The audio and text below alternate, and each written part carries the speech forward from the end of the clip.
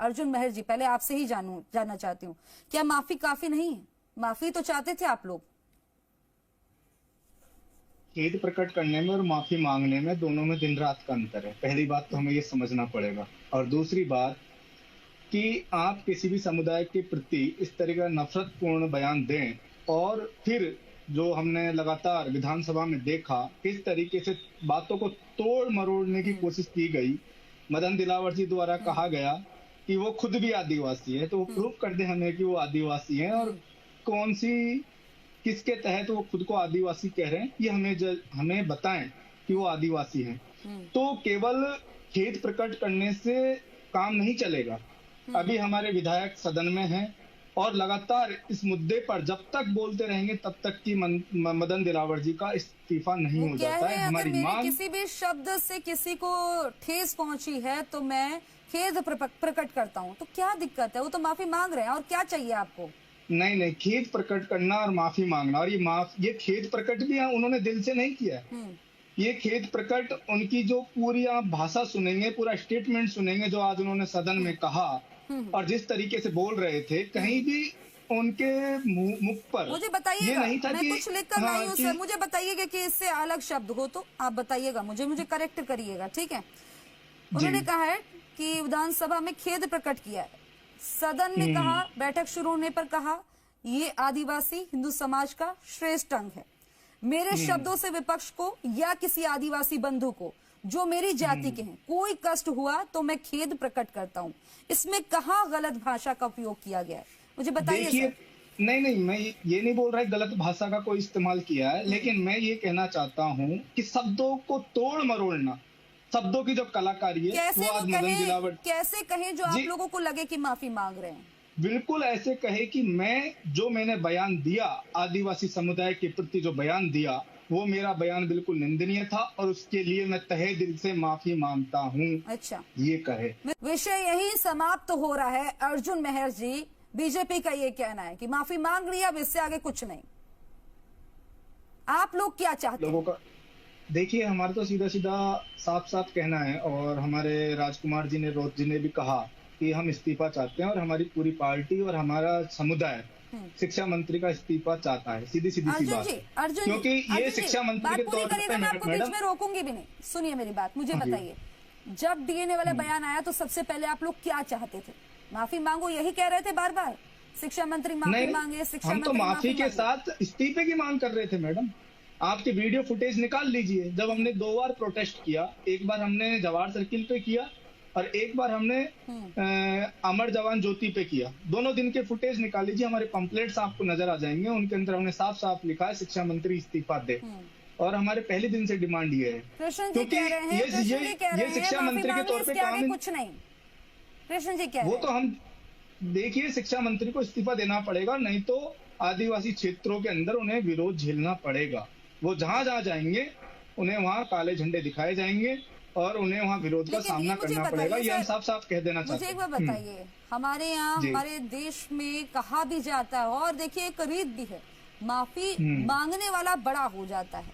माफी तो मांगी ना सर, माफी मांग ये तो नहीं, आगे क्यों? कल जो कांग्रेस के नेता हैं सदन के अंदर, टीकाराम जूली जी जब बोल रहे थे और कह रहे थे कि शिक्षा मंत्री जी को माफी मांग लेनी चाहिए, माफी मांगने वाला छोटा नहीं होता, बड़ा हो जाता है, तब शिक्षा मंत्री जी मुंह लटकाए बैठे हुए थे लोग। अगर उन्हें थोड़ा जमीर, उनका नहीं, उनका अगर जमीर जिंदा होता, अगर उन्हें थोड़ी सी शर्म होती और उन्हें थोड़ा सा बयान पे ये होता कि हाँ यार मैंने गलत बोला है, तो सदन में तुरंत खड़े होते और साफ साफ कहते कि मैं पूरे सदन से, मैं पूरी राजस्थान की जनता से मैं माफी मांगता हूं। लेकिन वो माफी मांग ही नहीं रहे मैडम, वो माफी मांग ही नहीं रहे।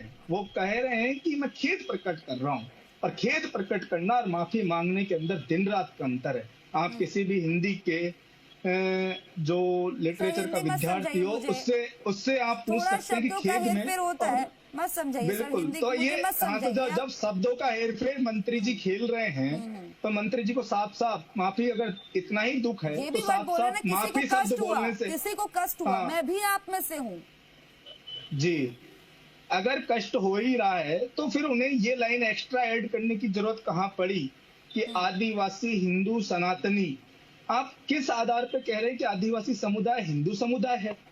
मैंने पहले भी कहा, आपके टीवी चैनल पे आया, मिथिलेश जी 5 कह रहे हैं कि जनवरी इसका निजी 5 शब्द हो जनवरी सकता है। नहीं 5 जनवरी 2011 का जजमेंट पढ़ लीजिए सुप्रीम कोर्ट का। सुप्रीम कोर्ट कह रहा है साफ साफ कि इस देश का आदिवासी समुदाय हिंदू नहीं है, वो इस देश का मूल मालिक है और वो इस देश का वास्तविक निवासी है, और बाकी जितने भी लोग इस देश के अंदर आए वो सब बाहरी लोग हैं। ये सुप्रीम कोर्ट का जजमेंट है 2011 कार्ड जो साहब ने दिया है। अगर यही लोग जिस चीज का, नहीं मैडम सुनिए, पूरी बात सुनिए खुशबू जी, जिस चीज का हम विरोध करते हैं, ये उसी जाल के अंदर हमें गुमराह करके उसी के अंदर धकेल देना चाहते हैं।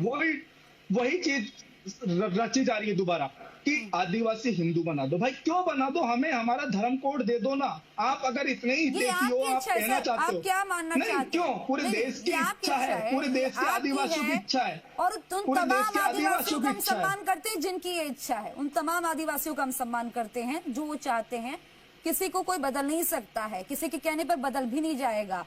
जो वो चाहते हैं ये उनका सम्मान हम करते हैं। लेकिन एक बात बताइए सर, आज आप लोग कह रहे हैं कि शिक्षा मंत्री इस्तीफा दे दे, कल कहेंगे विधायक से इस्तीफा दे दे। ये मामला तो ऐसे थमेगा ही नहीं। माफी देखो, चाहते थे, माफी मांग ली। विधायकी के लिए उन्हें जनता ने चुन के भेजा है और उस पर हमारा कोई हक नहीं है कि हम उनसे कहें कि विधायकी छोड़ दे।